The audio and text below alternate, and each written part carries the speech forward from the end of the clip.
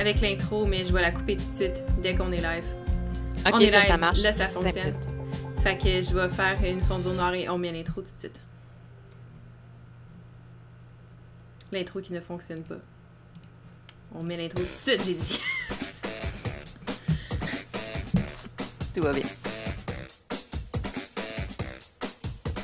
Ok.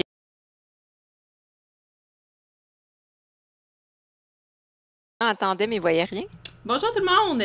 Bienvenue à ce live de Mixdeal et de Ludipsy.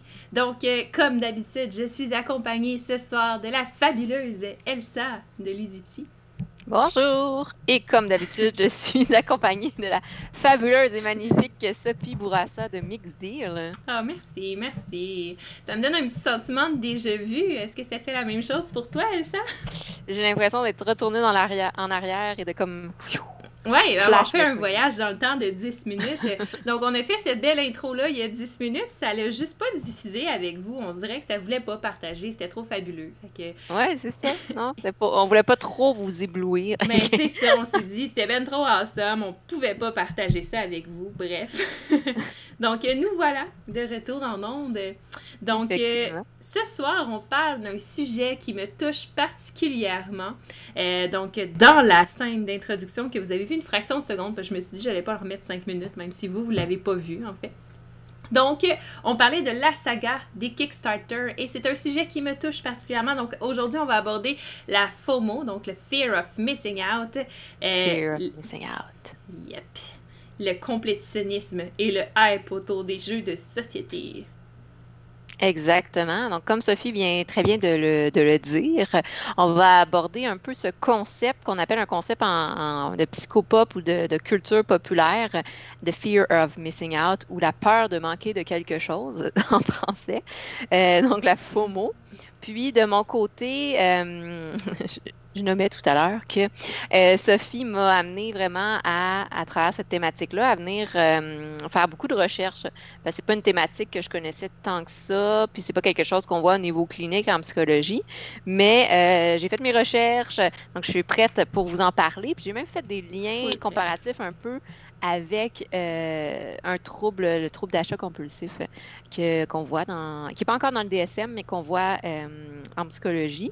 Donc, je vais pouvoir vous présenter ça. On va aborder la peur de manquer quelque chose de différents points de vue.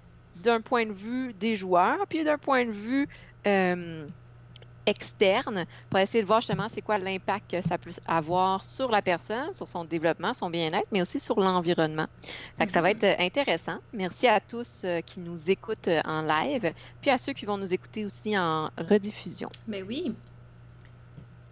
Super. Je commencerais, si tu es d'accord, par un petit intro sur qu'est-ce que les Kickstarter, parce que je suis consciente que quand on débute, et c'est très bien en fait pour vous, parce que quand on débute dans le monde des jeux de société, Kickstarter c'est un peu abstrait pour nous. On voit des gens en parler dans les réseaux sociaux, tout ça, mais qu'est-ce que c'est? Donc, je vais vous faire un petit tour guidé de Kickstarter. Ça sera pas bien long. Génial. Je vous partage mon écran et voilà. Donc, est-ce qu'on voit bien mon écran à l'écran, Elsa? Ce sera pas long, j'attends. Il y a toujours un petit délai avant que je puisse le voir. Je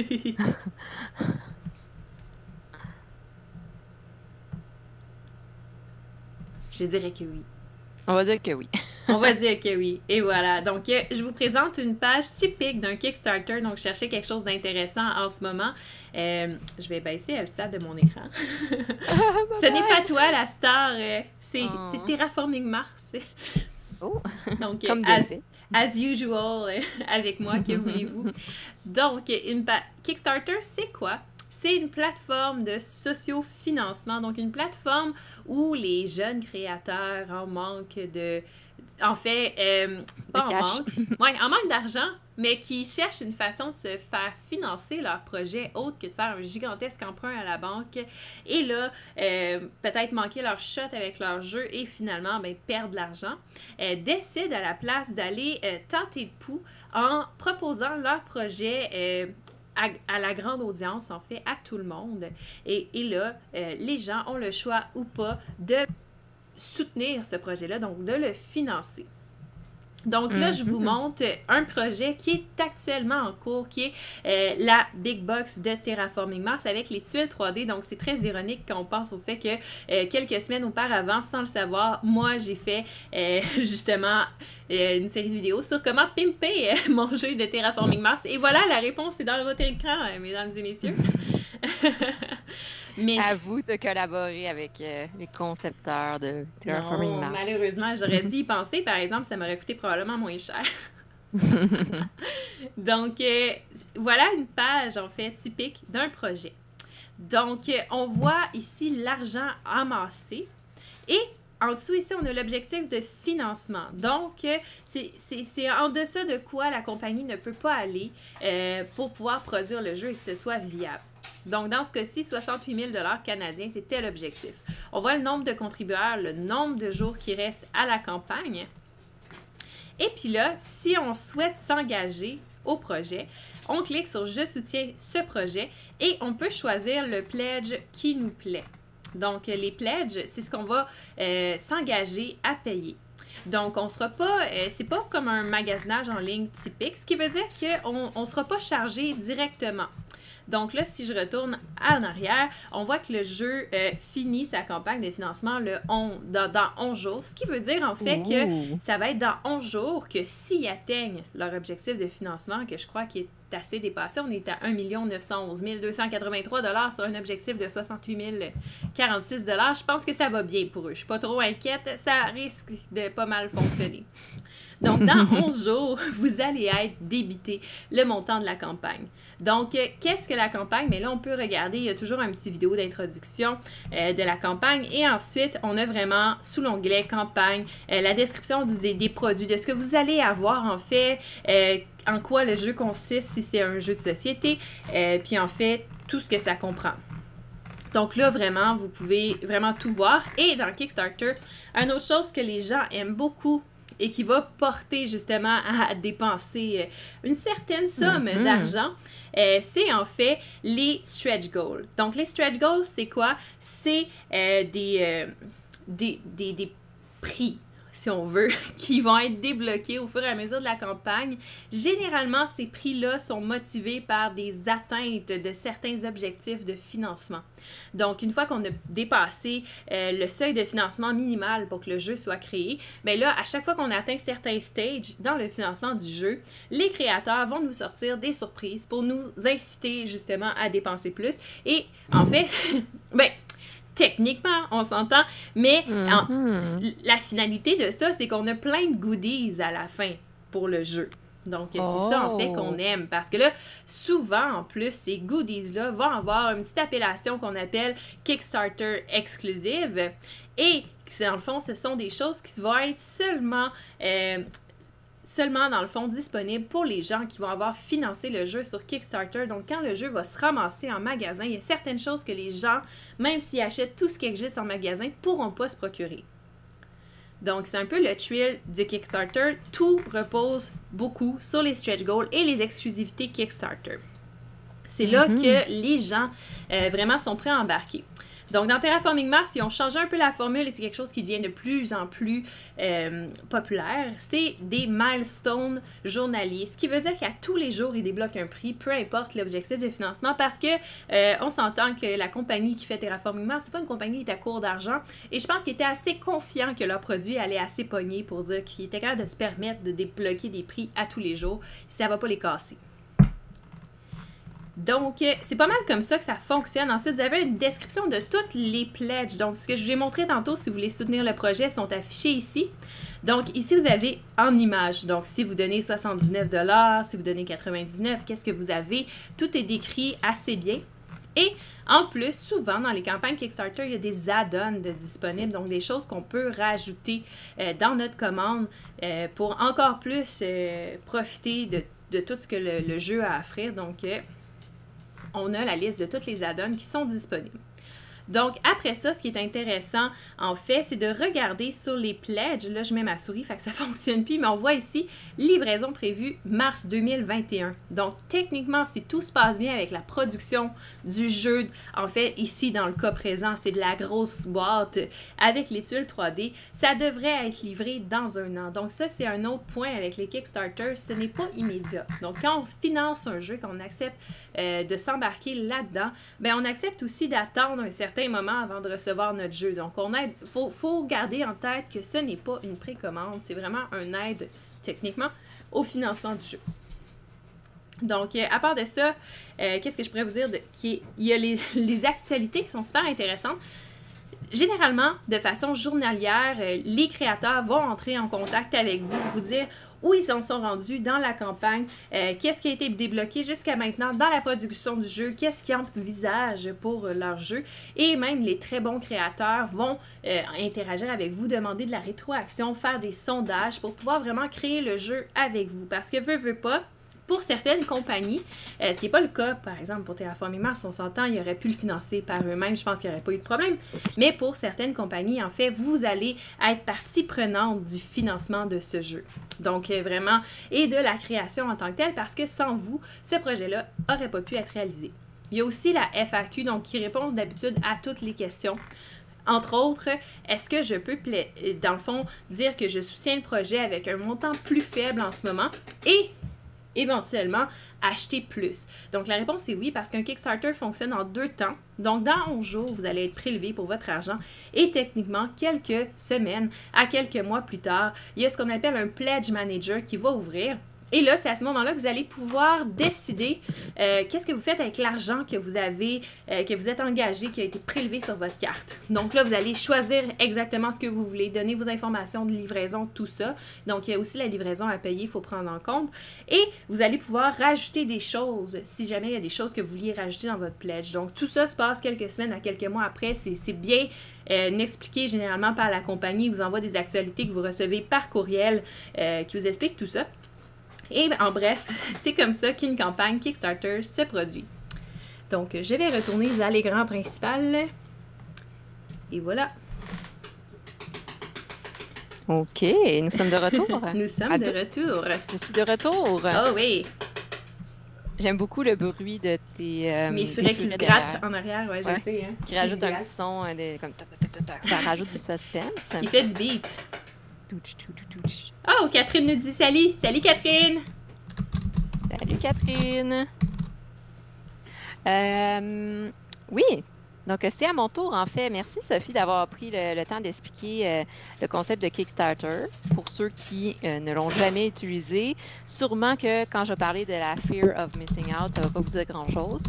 Ou peut-être qu'il y a un trouble compulsif d'achat, un trouble d'achat compulsif dans d'autres domaines, on ne sait pas. Ici, bien sûr, on va parler de jeux de société. Donc, parce que si on est pour acheter quelque chose de façon compulsive, guys, rien de mieux que les jeux de société. Que les jeux compulsifs, oui. Que les jeux compulsifs, et voilà. Non. Effectivement, rien de mieux que les jeux de société. C'est ce qu'on va explorer. Donc là, je vais faire un partage. Je te partage, Sophie, mon écran. Partage ton écran. Que tu vas pouvoir, à ton tour, partager. Oui, avec ma belle face dans ton coin droit de l'écran. Oh, je l'ai redescendu maintenant. Je ne veux pas partir de ton écran, Elsa. Non! Non! T'es apprivoisé. Mon écran t'a apprivoisé. Ah, ben là, je suis dans le... Ah, c'est pas grave. Je vais régler ça. Tiens. À chaque fois, je sais jamais comment mettre mon écran en plein. Un jour. Ah, c'est ça ici. Lâche pas. Oui, bien. Et voilà. Oh! Donc, ici, la peur de manquer quelque chose, traduction française de Fear of Missing Out, communément appelée dans la culture populaire FOMO. Et oui. Donc, comme j'expliquais un peu tout à l'heure pour ceux qui n'étaient pas là, c'est intéressant. Sophie a suggéré le thème de la semaine. Puis, c'est une thématique que j'avais jamais vraiment pris le temps d'explorer. Fait que j'ai fait mes recherches, autant dans la culture pop qu'au niveau l'intervention en psychologie. Je vais vous présenter 2 thématiques un peu. Un qui est plus ce qu'on appelle psychologie pop ou culture pop, donc qui est très médiatique, mais utiliser le vocabulaire journalistique dans les médias sociaux. Puis un autre aspect qui est plus un vocabulaire qu'on va dire scientifique ou utilisé en psychologie. Les deux sont similaires, mais dans le fond, l'important ici, c'est qu'on va explorer tout ce qui est l'anxiété associée justement à la peur de manquer quelque chose dans le contexte des jeux de société, vraiment ici. Donc, FOMO, Fear of Missing Out. Qu'est-ce que c'est que le FOMO? Euh, ce qui est ressorti à travers les recherches que j'ai faites, c'est que le FOMO, c'est dans le fond, justement, la peur de manquer quelque chose, la crainte ou l'anxiété qui est associée au fait de manquer quelque chose, mais pas juste manquer quelque chose, c'est manquer quelque chose que les autres auraient, mais pas juste que les autres ont vont valoriser, vanter et exposer, notamment à travers les médias sociaux.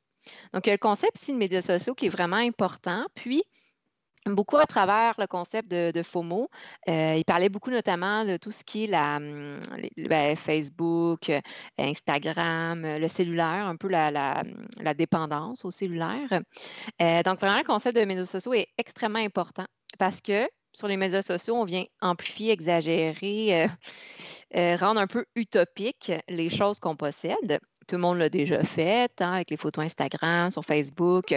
Mais le fait que tout le monde est un peu dans ce monde virtuel, un peu ce monde-là idéalisé, ça fait en sorte qu'il y a des attentes qui se créent. Et chez certaines personnes, il peut y avoir la peur de ne pas répondre à ces attentes-là. Et parallèlement à ça, comme j'ai écrit, c'est ce qu'on appelle aussi la peur d'exclusion sociale. Donc, le sentiment d'être isolé, l'anxiété un peu sociale ici, et la peur de ne pas appartenir au courant, au mouvement. Donc, c'est vraiment un aspect ici qu'on va associer à deux éléments, l'anxiété et qu'on va associer aussi un peu plus avec le tempérament personnel, le trait de personnalité, qui est cette importance-là du sentiment d'appartenance. Dans notre podcast sur les traits de personnalité, on en parlait un peu, mais que chez certaines personnes, il y a vraiment l'importance d'être dans l'inclusion. C'est des gens qu'il faut quand il y a quelque chose à la mode, qui se l'approprient pour faire partie de la gang. Tandis que d'autres personnes qui sont un peu plus d'une culture marginale, qui vont justement s'identifier à travers la marginalité. Mais ici, on va vraiment identifier le FOMO, cette crainte-là, plus chez les gens qui ont une grande importance à appartenir à un groupe, à sentir qu'ils sont similaires, qui veulent justement l'inclusion sociale. Donc, dans le FOMO, et là, comme j'ai nommé, je me dissocie ici au niveau de mon côté psychologue, doctorante en psychologie. Ce n'est pas un terme qui est utilisé en psychologie, mais vraiment dans la culture populaire. Ce que j'ai observé, c'est qu'il y a John Growhall qui définissait le FOMO comme le potentiel pour une connexion sociale différente. Ici, la connexion sociale différente, c'est que ce n'est pas à travers une interaction interpersonnelle, c'est vraiment à travers, je m'identifie socialement à un groupe à travers mes possessions matérielles ou ce que je produis au niveau matériel, mes photos, par exemple. Donc, ça peut être mieux, ça peut être pire. Nous ne pouvons pas le savoir avant de le vérifier.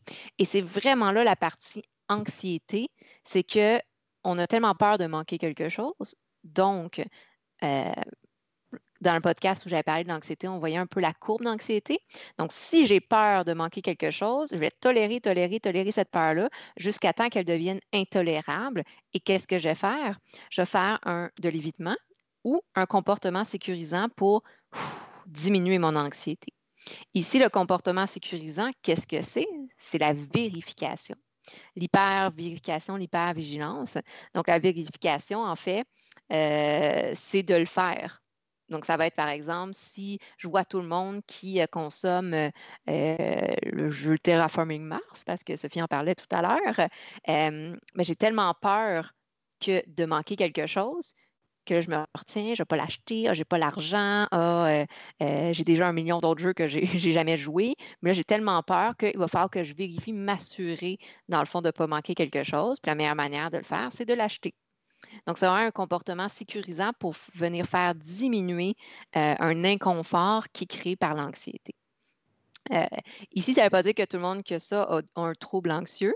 On va le voir un peu tout à l'heure. Ça peut être une peur, une crainte très forte, ou ça peut être parfois un trouble d'achat compulsif, que là, ça a des conséquences beaucoup plus grandes. Donc, c'est justement le sentiment d'urgence de vérifier, de s'assurer de faire partie du groupe. Donc, si je la jette, OK, mon stress descend, j'appartiens à un groupe, je l'ai, inclusion sociale. Je ne suis pas la personne dans la gang qui n'a pas réussi à avoir le Kickstarter exclusif qui ne sera pas disponible sur le marché. Donc, évidemment, puis je vais vous en parler, mais il y a toute une stratégie marketing ici. Donc, c'est très marketing. C'est très, justement, les références que j'ai trouvées, c'est surtout dans le domaine marketing et dans le domaine économique. Oui, parce qu'on vient jouer avec l'offre et la demande, notamment, mais aussi les émotions. Donc, dans le FOMO, la peur de manquer quelque chose, qu'est-ce qui se crée? C'est une construction de soi qui est interdépendante. Donc, on devient dépendant des autres pour sa transformation, pour le développement de son identité personnelle. Donc, l'identité personnelle est toujours un peu dépendante des autres. Tu sais, un enfant va avoir besoin du reflet et des commentaires de ses parents, pour arriver à prendre conscience de qui il est et se développer à travers ça. Par contre, il y a un moment donné où est-ce que l'influence des autres est beaucoup trop grande. Puis c'est là qu'on va parler justement des gens qu'on va dire, par exemple, qui sont victimes de la mode. Donc, les gens qui, oh, il y a un nouveau vêtement qui est sorti, il me le faut parce que je ne peux pas tolérer de ne pas l'avoir. Oh, nouveau jeu de société. Oh, des nouveaux dés de D&D. Oh, etc. Donc, c'est vraiment là qu'on parle d'une construction de soi interdépendante. C'est que je me construis et je me définis à travers ce que j'achète. Et cet achat-là, qu'est-ce que c'est? C'est de l'inclusion sociale à un groupe. Donc, par exemple, sur Kickstarter, comme Sophie l'a nommé, on va en reparler un peu tout à l'heure, mais il y a vraiment le sentiment d'appartenance, puis le sentiment d'inclusion. Je participe et je contribue à ce jeu. On est une gang qui contribue, on est fiers de ça et je ne veux pas être exclu de ce sentiment-là. Donc, on parle intimement lié à la façon de comprendre et de percevoir le monde. Je me mets tout à l'heure que c'est un trait de personnalité. C'est une partie de soi qui se construit à travers les autres, mais c'est aussi une manière de voir les choses. Et sentiment d'exclusion sociale, c'est souvent des gens qui vont avoir peur de l'exclusion sociale. On le voit beaucoup dans les jeux de société parce que les jeux de société, social, donc ça rassemble des gens pour qui c'est important l'aspect social. Évidemment. Un peu plus que, exemple, les gens qui vont être plus dans les jeux solo ou, je ne sais pas, sûrement dans les communautés de gens qui font des collections, qui font des puzzles. Il n'y a peut-être pas cet aspect-là social. Vous me le direz si je me trompe. Donc, ça, c'est le FOMO, l'aspect, la définition un peu plus psychopop. À travers le FOMO, on a ce qu'on appelle la crainte du regret. J'ai nommé comme plein de petites choses. Il y a l'anxiété, la peur, dans le fond, de manquer quelque chose. Il y a la peur aussi d'être exclu socialement. Puis à travers tout ça, la crainte du regret. Qu'est-ce que c'est que le regret? C'est une émotion désagréable, expérimentée lorsque nous réalisons ou imaginons, ça peut être l'anxiété dans le futur, qu'une situation présente aurait pu être meilleure ou mieux gérée. Ici, dans le contexte, j'ai décidé de ne pas acheter le jeu sur Kickstarter, le jeu X de société, parce que je n'ai pas le budget, puis parce que ma maison est rendue qu'elle déborde de jeux de société. Mais là, je me rends compte que j'ai comme un sentiment désagréable, que j'ai l'impression qu'il me manque quelque chose, puis j'ai l'impression que, tu sais, toutes mes amies me parlent du jeu, puis moi, je ne l'ai pas entre mes mains. J'ai l'impression d'avoir manqué quelque chose. J'ai l'impression que ma situation n'est pas aussi idéale que mes attentes que j'aurais pu avoir. Donc là, dans le fond, ici, une partie qui contribue à l'achat des exemples sur Kickstarter, c'est l'anticipation du regret dans la prise de décision. Donc, si j'ai la décision entre choisir le jeu, avoir le sentiment d'appartenance sociale, avoir le sentiment de gestion de mon anxiété, de me sentir bien, ou ne pas l'acheter et avoir toutes ces émotions-là désagréables. Mais si je la jette, je perds de l'argent, j'ai des problèmes relationnels parce que mon copain, ma copine est tanné que j'achète des jeux de société, bien, la crainte du regret va faire en sorte qu'on va plus aller vers l'achat par peur que voir les conséquences négatives. C'est comme si on venait nier un peu les conséquences négatives lors du processus de prise de décision parce qu'on a trop peur de le regretter puis s'en vouloir plus tard. Donc, les émotions désagréables sont intolérables. Par la suite, une petite coche au-dessus, on a ce qu'on appelle l'angoisse du manque. Pourquoi je vous présente l'angoisse du manque? Parce que je parlais qu'il y a certains traits de personnalité. qui viennent influencer le FOMO, donc ce trait-là d'achat, la peur de manquer quelque chose. Puis dans l'angoisse du manque, encore là, ce n'est pas un terme utilisé en psychologie en tant que tel. Quand on parle d'angoisse, une forme d'anxiété, puis là, ici, c'est l'anxiété du manque. Et on peut le retrouver chez certains types de personnalités, de traits de personnalité, des gens qui vont justement avoir un peu cette difficulté-là, à venir combler leurs sentiments de satisfaction, leurs besoins affectifs. Donc, des gens qui vont être dans la consommation abusive. On peut le voir autant la consommation de drogue, autant d'alcool, autant bon, on le voit dans la consommation de pornographique, par exemple. On ne va pas parler de ça ici, mais on peut voir aussi dans la consommation de l'achat compulsif. C'est la peur de manquer quelque chose. Donc, c'est très axé sur le futur. C'est là qu'on voit que c'est de l'anxiété. L'évitement de la crainte du rejet en essayant de ne rien manquer. Donc, c'est là que vraiment la surconsommation, l'hypervigilance pour venir combler un besoin affectif, un besoin, ce qu'on appelle la carence affective à travers l'achat. Et il y a ce qu'on appelle la source de motivation externe et interne. Interne, ça dit je le fais pour moi parce que ça m'apporte un bien-être. Externe, c'est orienté vers l'évitement.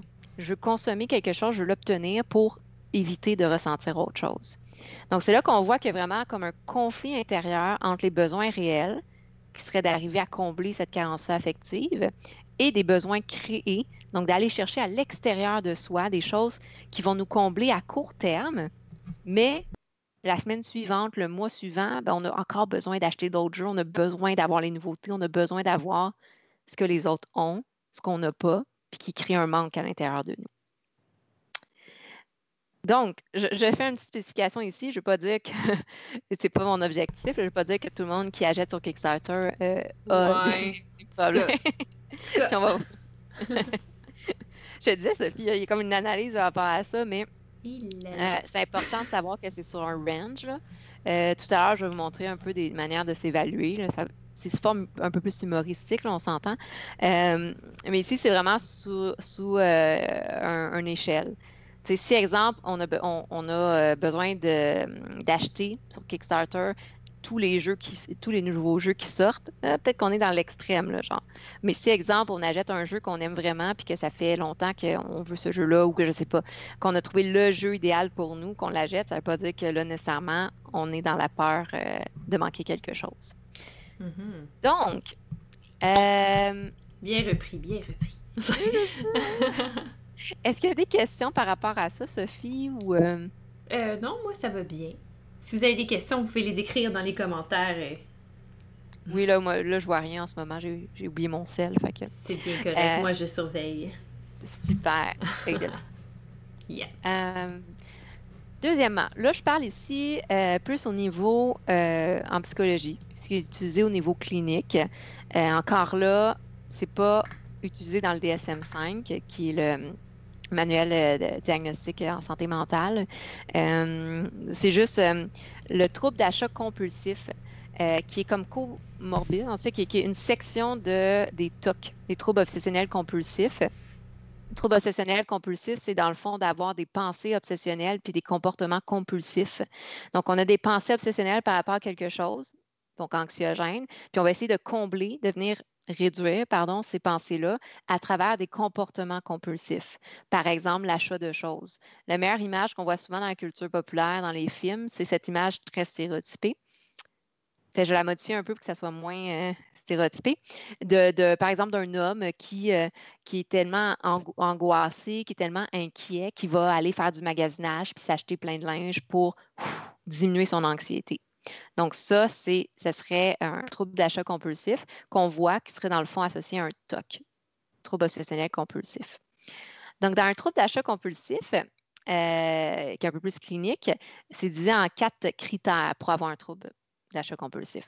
Préoccupation fréquente pour les achats ou impulsion d'achat intrusive, irrésistible, irrationnelle. J'en ai pas besoin. C'est pas comme j'ai plus une seule paire de shirts qui me fait, il va falloir que je m'en achète une. Non, c'est juste comme j'aime ça, j'ai besoin de ça.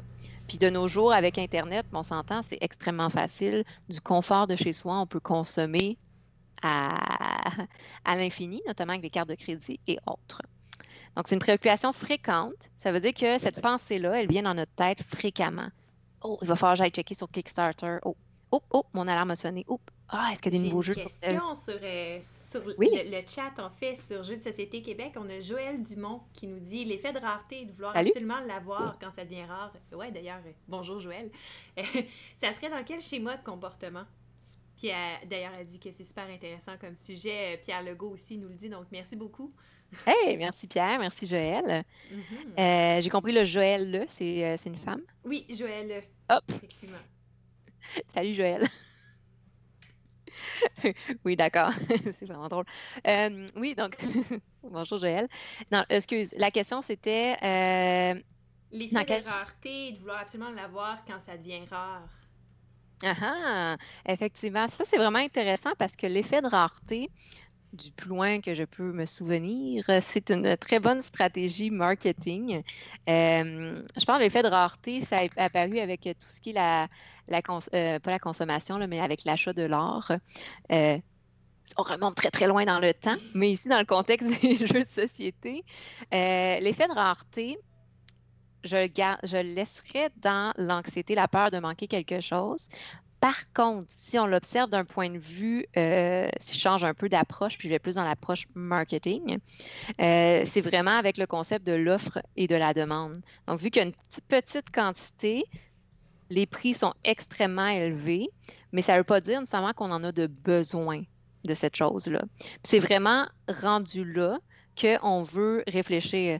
Euh, dans les autres points, exemple, on voit acheter clairement plus que nécessaire et que financièrement possible. Dans le fond, on peut se rendre compte qu'il y a une problématique dans notre prise de décision quand l'achat n'est pas justifié. Par exemple, je ne sais pas moi, un jeu que il y en a 10 dans le monde.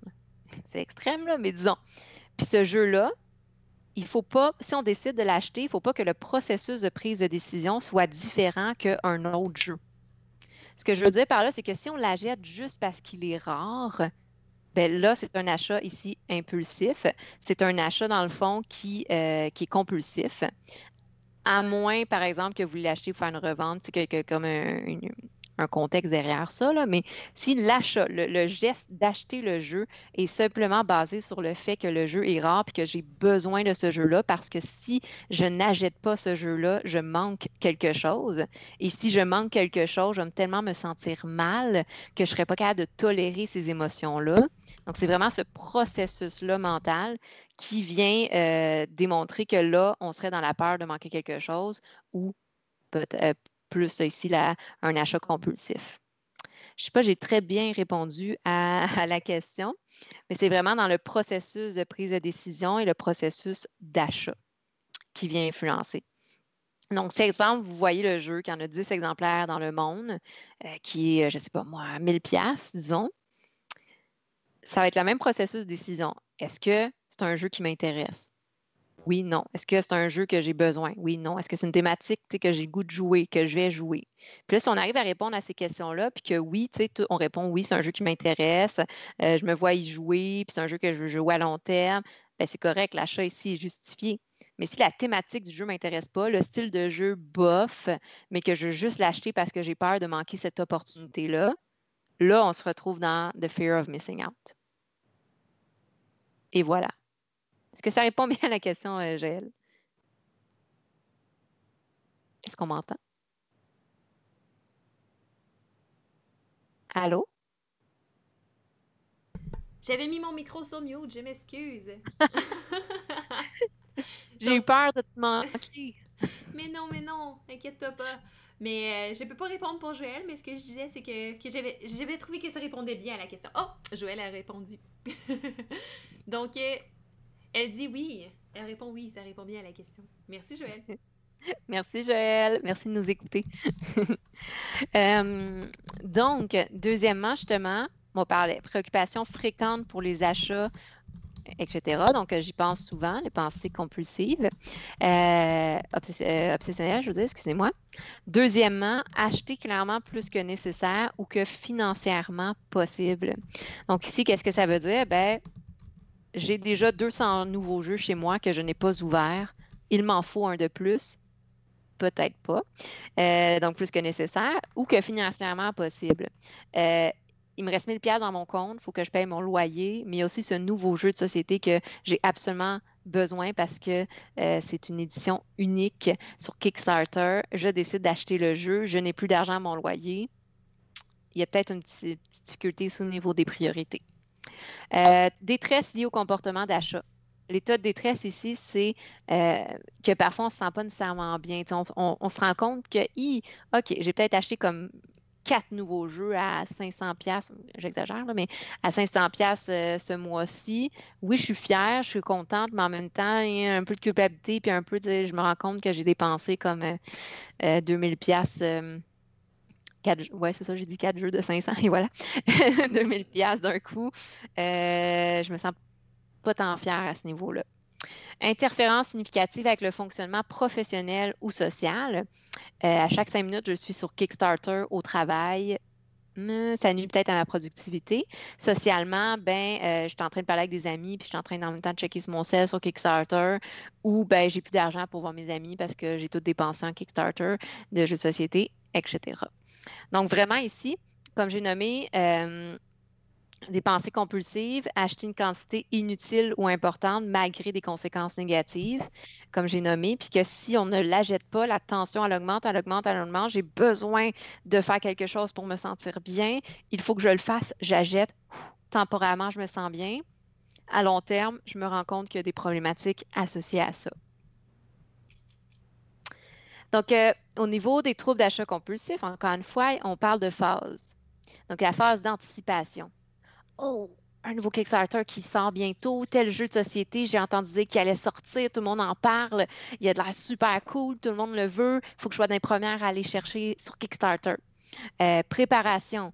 OK, ben là, il reste quelques minutes, là, je suis devant mon ordi, puis je me prépare, let's go, ma carte de crédit est à côté, je suis prête. Achat, j'achète, je me dépêche, je fais ça, je dépense, mon argent est parti. Bon, et voilà. Et là, ça, c'est on repeat plusieurs fois, par exemple. Donc, ici, comportement commun, donc un comportement d'achat. On peut acheter une fois, j'ai dit, on peut acheter 10 fois même, c'est correct, là, tant que ça ne répond pas aux 4 critères de tout à l'heure, mais devient pathologique quand un individu ne peut pas contrôler le temps et l'argent qui est consacré au comportement. J'ai dépensé 1000$ ce mois-ci, puis si je calcule, j'ai passé toutes mes pauses au travail à magasiner sur Kickstarter. Peut-être que l'investissement de temps et d'énergie passé dans cette activité-là est comme beaucoup plus grand comparé au reste. J'avais parlé dans un premier présentation, un premier podcast avec Sophie des 5 piliers de vie. Donc, la famille, les amis, le travail, école, les activités loisirs et le temps personnel. Donc, si on dépense tout dans activités loisirs, je ne sais pas, dans les jeux de société, puis qu'on n'a plus de temps pour notre famille, nos amis, pour soi, il y a un déséquilibre qui se crée, puis c'est là que ça devient problématique. Donc, les conséquences négatives que ça peut avoir, accumulation de dettes, sentiment de culpabilité parfois, OK, regret parfois aussi par rapport au jeu, et parfois des problèmes relationnels quand on a des achats compulsifs, puis qu'on a une pièce de la maison au complet qui est dédiée aux jeux de société, puis que ça rebord, par exemple, ça peut engendrer des problèmes. Donc, pour finaliser un peu avec les problèmes, et voilà, oui, c'est ça. Il y a un article que j'ai mis le lien tout à l'heure, vous allez voir, c'est super intéressant pour ceux qui veulent approfondir la lecture. Dans cet article, il nommait dans le fond qu'il y a des caractéristiques psychologiques et comportementales. Psychologiques au niveau de la manière de percevoir les choses, comportementales au niveau des gestes, comment je réagis, qui sont un peu similaires et distincts avec la toxicomanie. Et voilà, j'ai eu de la misère à le dire. Donc, préoccupation pour l'activité. Oui, je sais. Préoccupation pour l'activité. Donc, on y pense, hein, les pensées obsessionnelles. Dépenses importantes de temps et d'argent pour l'activité, comme je vais mettre ça. Ritualisation élevée. Qu'est-ce que ça veut dire, ritualisation? Ben, c'est que, un peu comme Facebook, là, on va y être, genre, à chaque fois qu'on a un petit moment de pause ou qu'on fait rien, on va checker. Ou on a rendu qu'on a des temps pour aller sur Kickstarter. OK, le matin à telle heure. Oh, je sais qu'il y a des nouveaux jeux, ils sortent tout le temps le vendredi à telle heure. Donc, quand on est rendu que c'est dans notre plage horaire de planifier d'aller sur Kickstarter, peut-être quelque chose ici. Soulagement des émotions négatives associées à l'activité. Quand l'achat de quelque chose devient un moyen de gérer tes émotions, il y a encore là quelque chose qui peut être négatif ici. Je pense que vous avez remarqué, j'ai dit qui peut être. Encore une fois, c'est à votre discrétion. Amplitude ou amplification, la fréquence du comportement en fonction des fonds personnels disponibles. Oh, j'ai une augmentation au travail, j'ai je sais pas moi, un 100 de plus. Où est-ce que j'investis ces 100 $-là? OK, justement, je vais pouvoir m'acheter un nouveau jeu avec ces 100 $-là. Directement, dès qu'on reçoit de l'argent, première chose auquel on pense, investir dans les jeux sur Kickstarter. Et comme je mets tout à l'heure, sentiment de culpabilité, de honte suite au comportement. Donc, à court terme, ça soulage l'anxiété, mais après, quand on y repense, c'est comme, ouais, j'aurais peut-être pas dû mettre 500$ sur ce jeu-là. Genre, je suis même pas sûre si je vais vraiment aimer ça. Puis, j'entends dire que, tu sais, c'était long avant de le recevoir, puis qu'il y a des frais de douane, puis qu'il y a des taxes, puis, bon, etc. Donc, trouble d'achat compulsif là, ici. Encore une fois, et je répète, ce que je vous présente aujourd'hui, c'est vraiment plus au niveau informatif. Je ne suis pas en train de dire que tous les gens qui sont sur Kickstarter ou qui font des achats de jeux de société, même ailleurs, ont un trouble d'achat compulsif ou la FOMO, le FOMO, Fear of Missing Out. C'est vraiment plus au niveau éducatif ici qu'on vous présente ça. Puis on trouvait que c'était intéressant comme réflexion.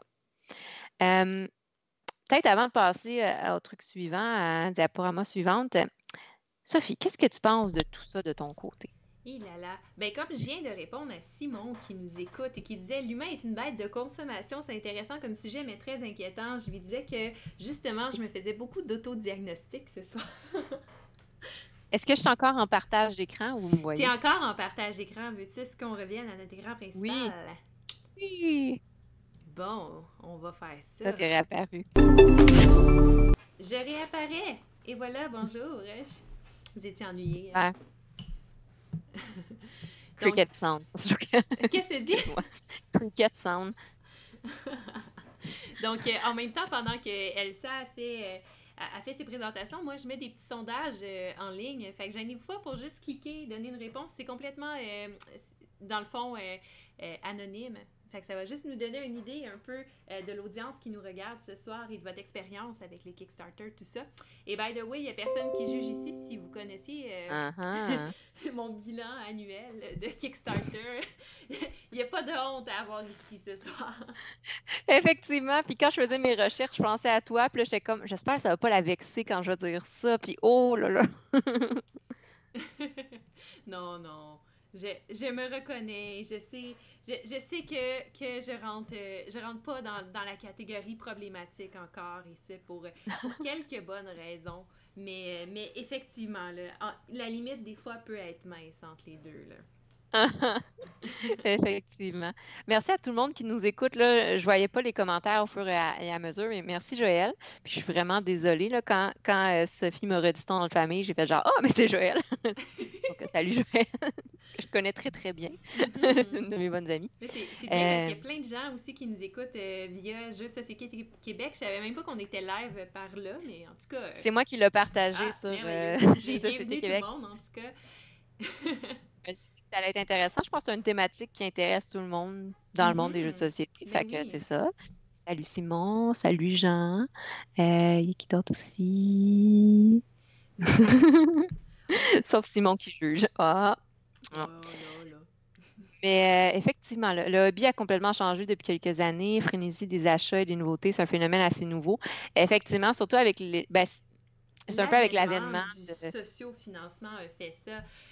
Dans le fond, c'est vrai qu'on est un peu victime. Moi, la première, ça va m'arriver de me laisser influencer par l'effet de rareté. Tu sais, dans un Kickstarter, quand ils disent « ce jeu-là ne sera pas disponible en magasin », on s'entend que des fois, ça peut influencer mon choix. Tu sais. C'est sûr que si je regarde un jeu à la base, c'est parce que le jeu m'intéressait. Tu sais. Puis là, j'essaie d'étudier la situation, voir si c'est un jeu qui vaut la peine que j'investisse ce montant-là d'argent.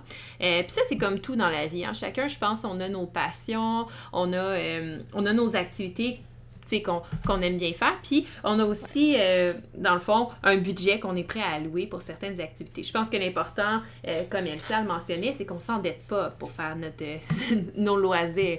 Donc, ça, je pense que c'est très important. T'sais, on priorise les dépenses et si on a du lousse après, ben vous faites ce que vous voulez avec. Hein, Effectivement, effectivement. Ben c'est ça, comme je le nommais tout à l'heure, puis là, j'arrête pas de me déplacer sur ma chaise, parce que je me rends compte que je disparais dans l'écran, il faut que j'arrête de bouger.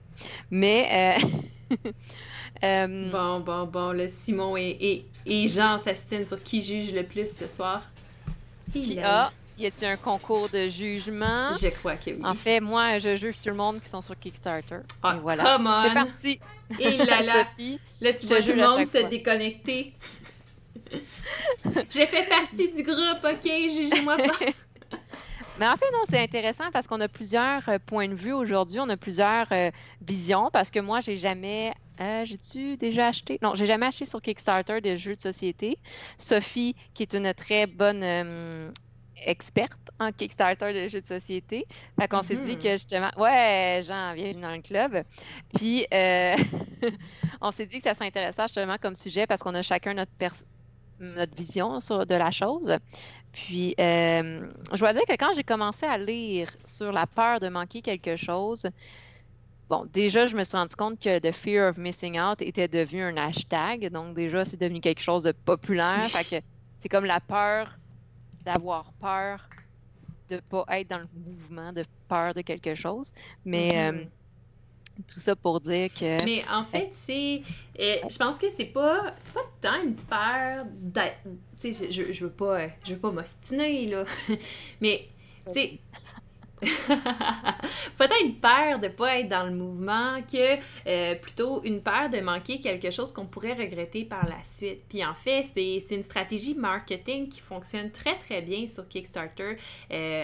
Dans le fond, ça, le fait de sortir des choses qui pourraient nous plaire, puis là, on n'est pas sûr, est-ce que je devrais mettre autant pour le jeu? Est-ce que, dans le fond, parce que là, quand un jeu va sortir sur Kickstarter, je sais pas, là, ça pourrait être, tu sais, environ 100-150$ le pledge de base. Puis là, après ça, ben c'est sûr, il y a des extensions qui vont sortir tout au long de la campagne. Donc là, ça, c'est un petit peu un effet sournois, si on veut, insidieux là, du Kickstarter. C'est que pendant la campagne, quand tu as décidé de la backer au premier jour, puis là, tu voyais ce qui était disponible, tu disais, je peux, tu sais, ça, je suis capable c'est abordable, je suis capable de me le permettre.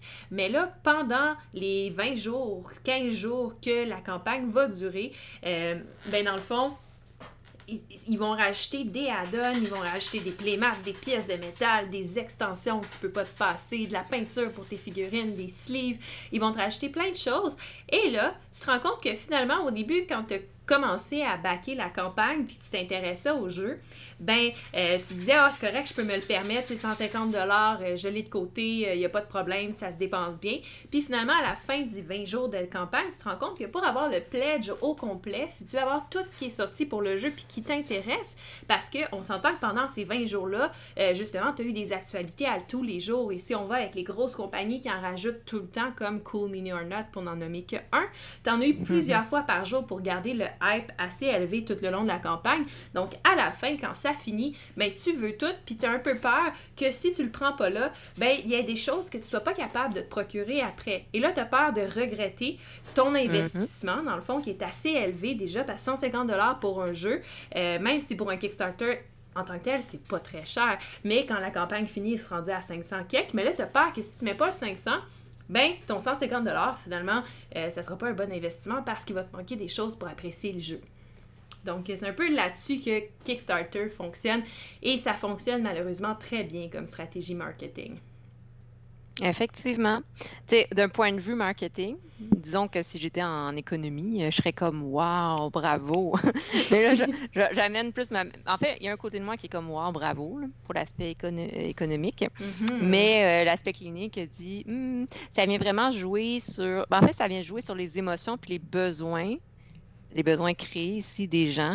Puis, bon, avec les médias sociaux, c'est encore pire parce que tu te fais rappeler ce besoin-là constamment. Tu Tu es sur Facebook, tu es sur Instagram, tu es sur Twitter, ben, tu peux voir là, les Kickstarter partout, tu peux voir cette publicité-là. Donc, le besoin est renforcé. Puis tout à l'heure, dans FOMO, je parlais de la peur du sentiment d'exclusion. Puis le sentiment d'exclusion, c'est justement, c'est de ne pas faire partie d'un groupe. Donc, si je vois tout le monde qui le partage en même temps sur Facebook, ben, ça vient juste renchérir encore plus le regret. Puis, au niveau clinique, de mon expérience clinique, la peur du regret, c'est une peur immense. Il y a beaucoup de gens qui ont peur de regretter, ils ont peur de sentir ce sentiment-là, l'impression d'avoir fait quelque chose de mal ou l'impression d'avoir fait une erreur. La peur de faire une erreur, par exemple, de ne pas avoir backé le jeu, est tellement grande qu'on aime mieux mettre de l'argent, consommer quelque chose que peut-être qu'on ne va pas aimer, peut-être qu'on n'a même pas besoin. Donc ça devient justifié que de vivre l'émotion, d'avoir l'impression d'avoir fait quelque chose de mal, de se punir, de s'en vouloir, qui est une émotion très, très négative. Donc, c'est ici l'aspect plus anxieux, c'est on va sortir de l'argent pour acheter une quiétude émotionnelle puis une quiétude d'esprit. Parce qu'on s'entend qu'une fois que tu as backé ton Kickstarter, le temps que tu le reçoives, on parle de 1 à 2 à 3 ans, dépendamment des compagnies. Exactement. Tu as ce temps-là pour penser puis faire « Ah, mon Dieu, mais là, tu sais, d'un coup que j'aime pas le jeu parce que j'ai pas les pièces de métal. » C'est un peu niaiseux, tu sais. Mais je pense que c'est des pensées, tu sais, qui sont quand même legit, pas tant pour les pièces de métal, là, je veux dire, tu vas l'aimer ton jeu pareil, même si c'est un peu moins agréable à manipuler, mais tu sais, les extensions, par exemple, qui vont rajouter du stock au jeu, puis là, tu te dis, ben d'un coup, que sans cette extension-là, le jeu, il est moins bon, puis finalement, ça m'apprenait vraiment pour apprécier mon expérience, puis c'est vraiment là-dessus, tu sais, ça fonctionne, puis par contre, il n'y a pas juste du négatif dans les Kickstarter, là. Dans le fond, il y a plein de positifs, tout dépendamment comment est-ce qu'on approche la chose. Moi, de mon côté, de la façon que je bâtis ma collection de jeux de société, à un moment donné, there's only so much jeux que tu es capable de jouer dans une année. Donc, éventuellement, moi, j'ai commencé à vouloir faire le switch entre acheter le plus de jeux possible sans pouvoir tout y jouer. Donc là, me bâtir une pile of shame de 50 jeux que j'aurai peut-être jamais le temps de jouer finalement, puis que je vais devoir revendre parce que là, il y a d'autres jeux qui vont sortir qui vont m'intéresser plus. Puis là, finalement, j'achète des jeux pour qu'ils restent un peu dans mes étagères versus te créer une collection et t'acheter des titres qui vont t'intéresser, que tu es sûr que tu vas jouer et que tu vas apprécier, quitte à investir plus pour avoir des pièces un peu de collection. Tu vas être fier, que tu vas être content. C'est un peu comme quelqu'un qui s'achète une collection de pièces de monnaie. T'sais. Si lui, ça le rend heureux de dépenser 150 $ pour une pièce de 25 sous rare, qui on est pour juger, t'sais. Effectivement, excuse-moi, je t'écoute, puis en même temps, je réponds à des commentaires. Il y a vraiment des bons... des bons commentaires qui ressortent. Justement, Joël a dit, des fois, c'est tellement long que tu oublies un peu. Puis c'est ça que je parlais, l'effet de satisfaction à court terme, c'est que tu la jettes sur le coup, OK, je vais l'avoir, yes. Mais c'est genre dans 2 ans. Puis là, 10 minutes après, tu es comme, oh mon Dieu, il m'en faut un autre. Et là, tu en achètes un autre, puis temporairement, la tension diminue. Peut-être ce que je ferais, c'est que je présenterai le reste. J'avais encore quelques présentations à faire. Puis, justement, là, parler un peu plus spécifiquement de la stratégie un peu marketing derrière le Kickstarter. Puis après ça, j'ai des solutions pour gérer tout ça parce qu'il faut finir quand même sur une note positive. Oui. Fait que je vais refaire un partage d'écran. Oh, je suis encore en partage d'écran, en fait. Tiens. Et voilà, non. Ouais, là, non, c'est pas le bon partage. Attends une seconde, attends. Ouais, non, c'est correct. J'attends que tu settes ton écran avant de le partager. Et que tu peux m'enlever aussi du petit coin supérieur si tu veux. J'aime ça de voir. If you feel like it. Tu me dis quand c'est... Let's go. Ça marche-tu? C'est correct, ça, comme motivation? Ça marche-tu? Ah oui! By the way, ton écran est en ligne. Super. Et voilà. J'avais écrit le code de Kickstarter. On en a parlé au fur et à mesure de toute manière, mais j'ai sorti un peu des mots-clés qui sont ressortis à travers. J'ai essayé de voir un peu, d'analyser le code de Kickstarter en faisant des recherches plus en marketing puis en psycho du travail. Puis, ce qui ressortait, bon, évidemment, la chose la plus facile, c'est des stratégies marketing de consommation. S'il y a des personnes qui ont étudié dans le domaine, vous pourriez plus en détail dire c'est quoi les stratégies marketing. On a parlé un peu, tu sais, l'offre et la demande, la fidélisation des membres. Donc, sentiment d'appartenance, je finance, je contribue au bien-être de cette compagnie, je contribue à créer un jeu. Donc, c'est vraiment un moyen très simple de venir chercher du sentiment de valorisation puis un sentiment d'accomplissement. Autant que je pourrais accomplir quelque chose en peignant une toile, mais là, je donne de l'argent puis j'accomplis à créer quelque chose. Donc, de nos jours, c'est un moyen rapide et efficace d'aller chercher ce sentiment-là d'accomplissement. Neuromarketing. Pourquoi? Parce qu'il y a plein d'études en psychologie sur le neuromarketing aussi, puis sur tout le processus en neuropsychologie.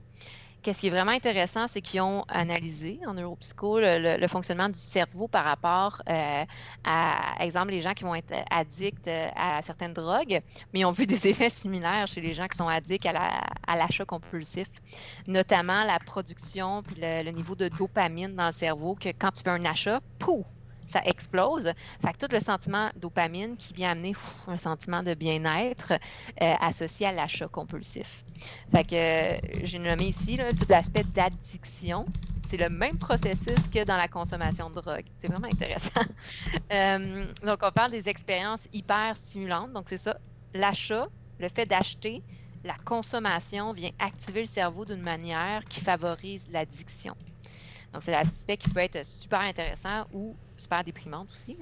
On parle aussi, je parlais tout à l'heure du cycle de la motivation.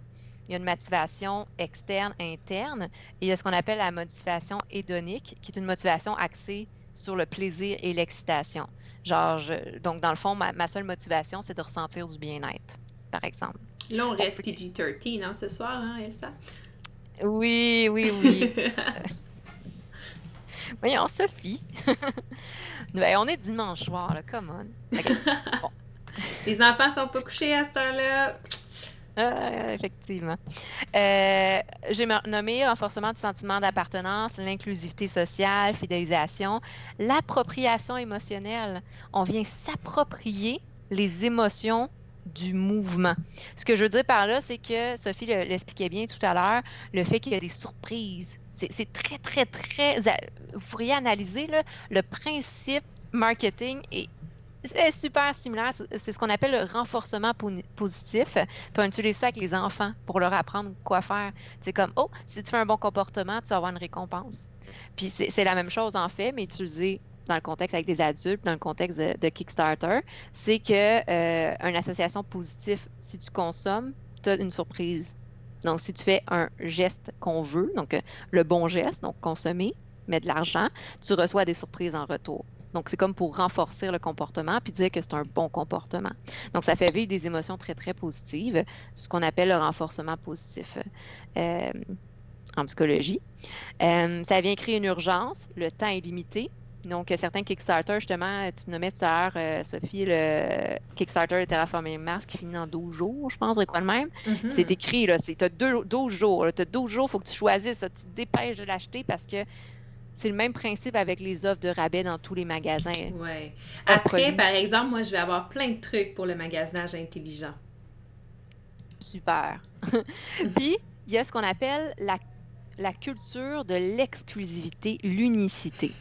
Ça, c'est au niveau individuel. C'est que tu la jettes, puis justement, il n'est pas tout de suite dans les magasins. Fait que tu as ce sentiment-là. Tu sais, c'est un peu un sentiment élitisme. Je fais partie de ceux qui ont réussi à kickstarter, c'est ça, à soutenir le jeu. Puis je fais partie de ces privilégiés qui ont réussi à faire partie du sociofinancement. Les gens de la plèbe. Exactement. Donc, dans les solutions un peu, puis je vais y aller vite fait, après je te laisse la parole, Sophie, mais concept très psychopop, encore une fois, il y a le JOMO, qui est venu un peu un courant, venir hashtag JOMO, pour venir contrer le hashtag FOMO. C'est la joy of missing out. Donc, c'est une adaptation émotionnelle au FOMO, mais qui consiste, au lieu d'être beaucoup dans le futur, puis d'en vouloir dire il faut absolument que j'achète quelque chose, ça consiste à rester dans le moment présent, puis à juste être satisfait de ce qu'on a. Tu sais, parce que d'un fois, là, même si ça fait 3 fois qu'on joue au même jeu, c'est correct. Même si on a juste le goût de ressortir un vieux jeu qu'on jouait quand on était jeune, c'est correct. Donc, pas besoin de constamment avoir de la nouveauté, de constamment posséder matériellement les choses. On peut juste profiter d'un plaisir dans la simplicité. Donc, en gros, c'est ce qu'on appelle le JOMO, qui a beaucoup pensé à ceux qui ont écouté notre précédent podcast sur la pleine conscience. Donc, le moment présent, prendre conscience de qui on est. Dans les solutions ici, parce qu'on est positif ici quand même, il y a la régulation de soi, qui est un concept très, très simple qu'on veut apprendre chez les enfants puis qu'on développe à travers l'âge. C'est le contrôle de soi, qui est un ingrédient clé dans la régulation. Le contrôle de soi, c'est dans le processus de prise de décision. C'est d'être capable de se contrôler. Donc, de contrôler un geste qui pourrait être impulsif. J'ai le goût de ça, mais de venir vraiment à travers un processus cognitif, raisonné, puis dire justement, tu sais, le jeu, là, qu'il y en a 10 exemplaires dans le monde, puis que je pourrais mettre 5000$ pour l'acheter, ben, est-ce que vraiment j'en ai besoin? Est-ce que vraiment c'est un jeu que j'aime? Donc, on vient vraiment se remettre en question pour venir contrôler puis contrer l'impulsivité. C'est ça. Fait que c'est vraiment, ça part de soi, en fait, au lieu de partir de l'extérieur. Dans les stratégies d'adaptation, ce qui ressortait à travers la littérature, réduire les tentations. Donc, si j'enlève mon application Kickstarter de toutes mes ordis, mes tablettes, mes iPods, mes iPhones, etc., ben, on est beaucoup moins tenté d'aller sur Kickstarter. Augmenter le contrôle de soi, comme j'ai nommé. On essaie de pratiquer les habiletés cognitives de réflexion critique. Régulation émotionnelle. Si à chaque fois que je suis stressée, je m'en vais consommer en m'achetant un nouveau jeu, peut-être qu'il faudrait que j'apprenne d'autres habiletés pour gérer mes émotions. Évaluer le rôle... Faire du ménage. Voilà. Puis là, on devient un... Ah non, j'avais dit manger, mais faire du ménage. C'est peut-être mon effet conscient. Je ne sais pas si vous avez vu. Bon. Évaluer le rôle de la comparaison sociale dans ma prise de décision. Super important ici. Est-ce que je veux ce jeu parce que vraiment il m'intéresse ou je le veux parce que tous mes amis l'ont ou je le veux parce que tout le monde sur Facebook en parle? Intéressant. Évaluer le rôle du perfectionniste. Est-ce que je veux ce jeu parce que c'est inacceptable pour moi de ne pas avoir toutes les nouveautés ou est-ce que j'accepte de ne pas être la personne cool qui a tout parfait? Et comportement orienté vers ce qui est important. Est-ce que c'est vraiment plus important pour moi de payer mon loyer ce mois-ci ou d'avoir le nouveau jeu? Ça dépend des gens, ça dépend des valeurs. On avait parlé d'un autre podcast aussi de la pyramide de Maslow. Théoriquement, le besoin d'avoir un toit est dans nos besoins de base avant le plaisir, puis avant l'achat et autres. Donc, ça dépend des gens. OK. Ici, je juste... Et voilà, parfait. Donc, pour finaliser, là, volontairement, le titre est volontairement extrême. Puis je vais vous présenter ça avec une touche humoristique parce que la dépendance, c'est pas quelque chose qu'on auto-évalue, là. Mais je me suis basée sur des critères qui ressortaient dans un questionnaire sur les gens qui sont des accumulateurs compulsifs. Puis j'ai modifié un peu les choses par rapport à Kickstarter. Vous n'allez pas trouver ça dans le DSM-5 ou un test en psychologie. C'est juste une manière, je trouvais, humoristique un peu intéressante de se remettre en question. Est-ce que je suis dépendant? Est-ce que j'ai un trouble d'achat compulsif? Donc, est-ce que je fais une utilisation persistante et récurrente de Kickstarter, ce qui entraîne une perturbation dans ma vie? Est-ce que je suis tellement préoccupée par les nouveautés sur Kickstarter que je suis tout le temps en train d'y penser? Est-ce que j'ai des symptômes de sevrage lorsque mon accès à Kickstarter m'est enlevé? Est-ce que je deviens irritable? Est-ce que je grogne? Est-ce que je deviens déprimée? Est-ce que j'ai la nécessité, là, c'est même pas c'est nécessaire pour être bien, de consommer de plus en plus de jeux puis de toujours être à la recherche de nouveaux jeux? Est-ce que j'ai essayé de contrôler ma participation à Kickstarter, mais j'ai pas été capable? J'ai essayé de me retenir, mais après 1 heure, je n'étais plus capable, puis j'ai dû retourner sur Kickstarter pour l'acheter. Est-ce que j'ai perdu l'intérêt dans tous les autres loisirs, sauf l'achat de jeux de société? Est-ce que ça m'est déjà arrivé de tromper des membres de ma famille, des amis ou d'autres personnes en leur disant que j'avais pas acheté de jeux ou en disant que j'avais moins de jeux que ce que j'ai? Ah, j'ai juste 10 jeux chez moi quand j'en ai 250. Moi, j'en ai juste 5. Ah! Consommation de jeux pour Acheter fuir ce ou mois-ci. soulager. Non, c'est pas vrai. Cette journée. Cette journée, aujourd'hui, cet après-midi. Consommation de jeux pour fuir ou soulager une humeur négative, comme j'ai dit tout à l'heure. Utilisation excessive et continue de Kickstarter malgré des problèmes socio-économiques, etc. A mis en péril ou a perdu une relation importante, un emploi ou une carrière en raison de sa participation à l'achat de jeux sur Kickstarter. Quand tu te fais renvoyer parce que tu es trop sur Kickstarter, il y a peut-être un C'est un peu problème. triste. Et ici, juste pour vous, si vous voulez lire le lien en dessous, que vous voyez ici, c'est le lien de l'article. Là, c'est un petit peu tout croche, là, c'est un lien juste copier-coller, là. Mais Puis on le l'article, mettra dans les commentaires. oui, je le mets dans les commentaires aussi. Puis ici, c'est un questionnaire, l'échelle de mesure d'achat compulsif, si vous voulez vous auto-évaluer de manière non scientifique. Mais c'est sur la tendance à dépenser, le sentiment de besoin pressant d'acheter, la culpabilité post-achat et l'environnement familial. Donc, c'est un questionnaire que vous pouvez évaluer par plaisir, de comme, oh mon Dieu, je suis, je sais pas moi, 8 sur 10 de consommatrice compulsive. Ou non. Excuse, je lis les commentaires entre Simon et Jean et ça me fait rire. J'en doute pas, les connaissant un peu, ça doit. Donc, c'est ça. Donc, et voilà, pour finaliser avec Ludipsy et mon blog. Parfait. Bon, ben, je retourne à l'écran. Et Super. là, je vais vous donner quelques petits trucs pour terminer rapidement sur l'achat intelligent parce que, dans le fond, tu sais, oui, ça peut devenir grave, justement, dans le fond, les problèmes de consommation quand c'est un problème.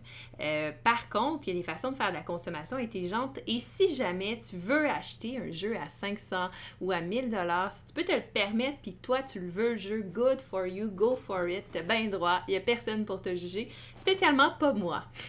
Mais bon, dans le fond, il y a plusieurs façons de réussir à acheter des jeux et au moins s'assurer que ce soit des jeux qui te conviennent, que ce soit des jeux que tu regretteras pas l'achat par la suite et des jeux en fait que tu vas être content d'avoir dans ta collection et que tu vas garder longtemps, qui fera pas partie de ta pile of shame, mais qui va faire partie plutôt de ta collection dont tu es fier d'exposer et de faire je possède ce jeu et je peux jouer à ce jeu, je suis content.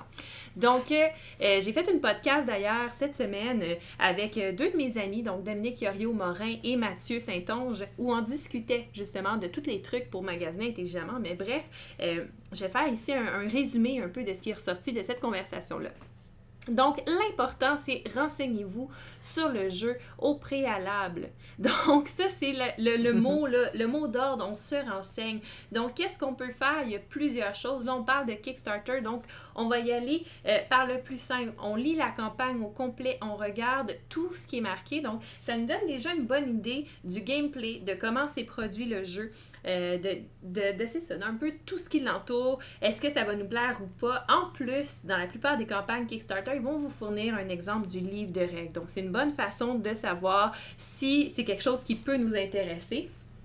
Comme si c'était pas assez, la plupart du temps, les campagnes Kickstarter vont engager des influenceurs pour faire des vidéos de gameplay, des vidéos de review du jeu. Ben là, à ce moment-là, s'ils les engagent, en tout cas, c'est tel que tel, mais bon, ça peut arriver. Donc, vous pouvez regarder ces vidéos-là, voir un petit peu plus le gameplay. Certaines campagnes Kickstarter vont également mettre le jeu disponible sur des plateformes comme Tabletopia et Tabletop Simulator où vous allez pouvoir essayer le jeu.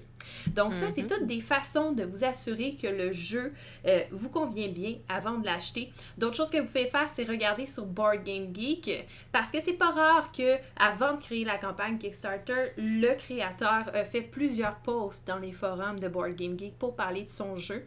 Donc c'est pas rare que tu as plein de détails là aussi. N'hésite pas non plus à poser des questions dans les commentaires de la campagne. Les créateurs devraient te répondre quand c'est des gens très engagés. D'habitude, on n'a pas de problème à avoir une bonne communication. Donc, tout ça mis ensemble peut t'aider. Et ça, c'est pour les Kickstarter, mais c'est pour les jeux en général. Se renseigner avant d'acheter le jeu, c'est la meilleure des choses. Dans l'idéal, si tu es capable de l'essayer avant, c'est le meilleur des mondes. Donc, Kickstarter, des fois, c'est plus dur parce que le jeu n'est pas sorti puis il sortira pas en une couple d'années. Mais des fois, c'est des reprints de jeux que tu achètes. Donc, le jeu, il existe déjà. Ou comme là, la campagne, dans le fond, de Terraforming Mars, ben, c'est une campagne d'un jeu qu'on connaît depuis des années. Donc là, dans le fond, le truc, c'est bien correct si tu veux acheter Terraforming Mars et toutes ces extensions. Je ne pourrais encore une fois ne pas te juger là-dessus. Par contre, c'est un jeu qui est disponible dans les tablettes un peu partout. C'est disponible en location. Il y a plein de gens qui le possèdent. Donc, il y a une application aussi pour jouer au jeu. Donc, tu n'as pas d'excuse de ne pas essayer Terraforming Mars avant de backer le all-in de la campagne que je regarde en ce moment. Et je pense qu'il est à 250 $ US. Donc, si tu veux le mettre, le 250 $ US, good for you. Mais c'est ça. Se renseigner sur le jeu, c'est la première des étapes. Aussi, quand on débute dans les jeux de société, le plus important, c'est de connaître les styles de jeu. Être à l'aise avec, justement, les différents styles qui existent, bien les connaître, savoir qu'est-ce qui nous convient et qu'est-ce qui ne nous convient pas. Et encore là, la seule réponse à tout ça, c'est d'essayer les jeux. Donc, de soit avoir des amis qui possèdent des jeux de société qui peuvent vous faire découvrir les différents styles de jeu, les différents jeux, tout ça. Comme ça vous permet d'avoir une bonne idée. Ou encore d'aller dans des cafés ludiques pour les essayer. Ou encore de louer les jeux de société. Il y a des boutiques qui le permettent de plus en plus. Ou de se trouver sur Facebook des groupes de jeux de société qui sont prêts à vous inclure pour faire essayer des jeux. Ça aussi, ça existe et c'est super facile. Donc, c'est des trucs. Sinon, quand le jeu existe, dans le fond, c'est de trouver un influenceur aussi qui va présenter le jeu. Donc, il y a plusieurs vidéo-règles, plusieurs influenceurs. Et là, le truc, c'est de trouver quelqu'un qui a des goûts semblables aux tiens. Comme ça, tu vas savoir que s'il apprécie un jeu, généralement, ça veut dire que toi aussi, tu vas l'apprécier. C'est pas toujours garanti à 100%, mais ça peut pas nuire. Puis là, vite de même, c'est pas mal mes petits trucs de l'heure pour le magasinage intelligent. Et sinon, Simon mentionnait, et ça, c'est pour ressortir tes jeux de société, quelque chose qui peut être très, très intéressant. Il y a une application mobile, c'est Board Game Stats que ça s'appelle. Et cette application mobile-là est payante. Vous pouvez la télécharger, je pense que c'est 3 $, donc ça ne vous ruinera pas. Vous devriez être capable de manger et de payer le loyer ce mois-ci. Je ne suis pas trop inquiète. Et avec cette application-là, dans le fond, ça se synchronise avec votre compte BGG, si vous en avez un, donc Board Game Geek, pour avoir votre collection au complet. Mais aussi, il y a des petites sections dans cette application-là qui permettent de faire certains challenges. Donc, on a le 10 par 10 qui est un classique. Donc, 10 jeux joués 10 fois.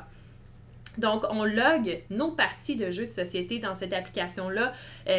Dans le fond, vous pouvez rentrer votre collection au complet dans l'application et loguer les parties au fur et à mesure que vous jouez. Vous pouvez loguer les scores, qui a gagné, combien de temps la partie a duré pour avoir des bonnes statistiques de jeu. C'est super intéressant quand on réussit à le faire. Moi, je suis pas très bonne pour être... Je le fais pendant 2 jours, puis après ça, je l'oublie pendant 5 mois. Là.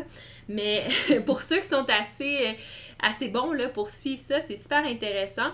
Et justement, on peut voir quels jeux sortent le moins souvent de notre collection. Donc, quels jeux on aimerait ça sortir pour rentabiliser, parce que des fois, c'est pas qu'ils sont mauvais, c'est juste qu'on pense jamais à les sortir.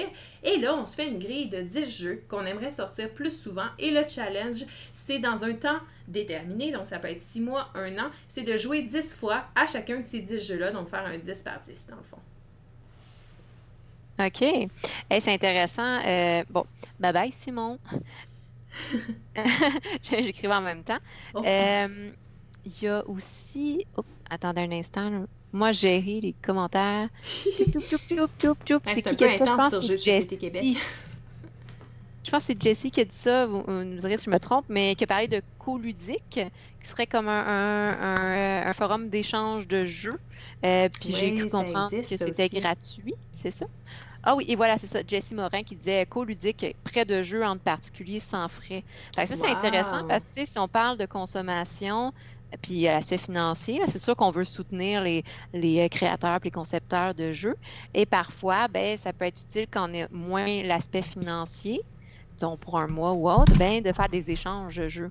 Fait que des plateformes comme ça, c'est vraiment intéressant, effectivement. Je connaissais pas, fait que merci Jessie pour la référence.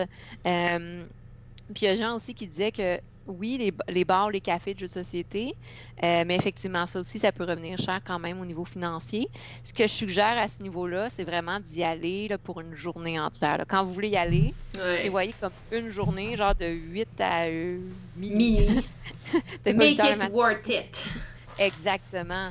Ou genre là, ton 6$, est quand même bien rentabilisé. Puis, tu sais, ça peut être ta sortie, tu sais, au lieu d'aller au resto à une autre journée, ben, c'est ta sortie où tu manges là, puis t'en profites, puis... Tu fais des rencontres, puis tu passes un beau moment. Puis, Ouais, exactement. Puis, dans le fond, pour ceux qui sont pas familiers avec Kickstarter, parce qu'on en parle beaucoup, c'est une super, plateforme, justement, pour les jeux. J'aimerais juste rajouter un dernier commentaire. Puis, en fait, Ouais. là, moi, je trouve que, dans le fond, c'est super intéressant, le Kickstarter. Et moi, je suis très, très contente de mon utilisation de Kickstarter jusqu'à maintenant. J'ai aucun regret, je suis chanceuse et je touche du bois. Là, tous mes projets sont bien rendus à terme et j'ai été satisfaite avec la qualité du matériel. Mais je fais énormément de recherches sur un produit quand je le back. Donc, il y a ça. Une autre chose que je voulais mentionner, c'est dans les campagnes, quand vous n'êtes pas certain, pour pas rentrer dans l'urgence d'agir, comme par exemple avec Terraforming Mars Big Box qui est là. Si jamais vous n'êtes pas certain que vous voulez la backer ou pas, vous avez besoin de plus de temps ou le budget il est pas, mais vous pensez que dans une couple de mois, ça va l'être, couple de semaines peut-être, que là, le budget va être là. Il y a toujours une option dans la majorité des campagnes, et c'est souvent dans la FAQ des campagnes, donc vous pouvez aller vérifier, ou dans les commentaires, vous pouvez poser la question. Et il y a toujours l'option de backer $1 US sur la campagne, et à ce moment-là, vous embarquez, vous faites partie de ceux qui financent la campagne, vous allez avoir l'invitation par la suite au Pledge Manager du jeu. Et à ce moment-là, si le budget le permet, ou si, dans le fond, vous vous rendez compte que oui, c'est un jeu finalement qui vous intéresse et que vous voulez vraiment avoir, bien, à ce moment-là, vous allez pouvoir le backer et backer tout. Ça permet également de planifier parce que comme le Pledge Manager, je l'expliquais au début du vidéo, ça ouvre dans les quelques semaines à quelques mois qui suivent la campagne. Ça permet aussi de mettre de l'argent de côté en prévision si jamais il y a quelque chose qui nous intéresse vraiment, mais que pour l'instant, les sous sont pas là.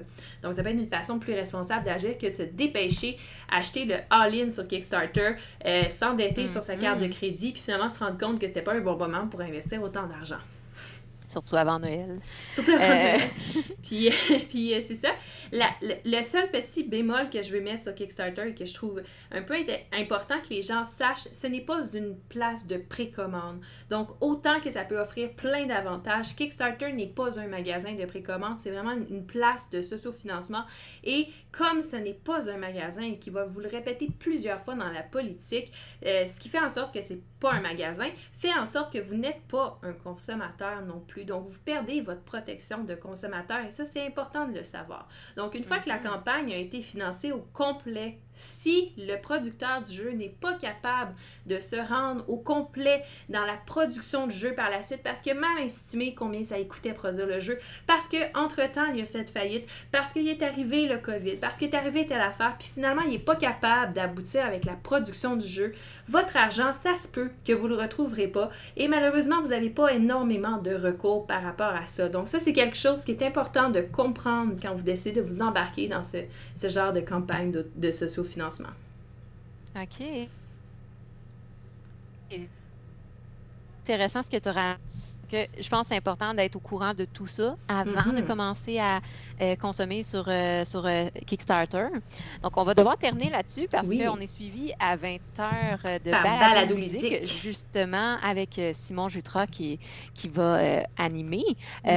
Donc, en fait, peut-être pour finir, pour ceux qui ne nous ont pas écoutés au début, qui sont arrivés, merci à tous. Merci à tous de nous avoir écoutés, d'avoir vraiment participé aux commentaires. C'est super intéressant, vraiment interactif. Vous pouvez liker la page de Sophie Bourassa Mixed Deal, la page Facebook et la chaîne YouTube. Et de mon côté, j'ai le blog Ludipsy sur Wix qu'on va mettre en commentaire. Et j'ai également ma page Facebook Ludipsy que dans le fond, vous pouvez venir liker pour voir nos prochaines activités. De mon côté, avec Ludipsy, lundi, donc demain, je lance la podcast collaborative avec Catherine Wax-Cowan, où on parle de son expérience avec la gestion de l'anxiété et les jeux de société, notamment les conventions de jeux de société. Donc, ça va être vraiment intéressant. Mercredi, je publie un article sur le stress et la gestion du stress. Et vendredi, ça va être une publication surprise aussi par rapport à un des lives qu'on a effectué. Donc, j'ai plusieurs projets aussi qui vont arriver avec le début du mois de juillet. Donc, je vous invite à me suivre. Sophie, de ton côté, pour finir. Oui, ben en fait, il y a plein de projets. Inscrivez-vous à la page Facebook. C'est là que tous les événements sortent. Donc, je vous réserve plein de surprises cette semaine. Restez à l'affût. Et merci beaucoup d'avoir regardé. Je vous souhaite une très belle soirée. Allez voir Balado Ludique, c'est sur Twitch. Et on se voit une prochaine fois. Au revoir. Bonne soirée!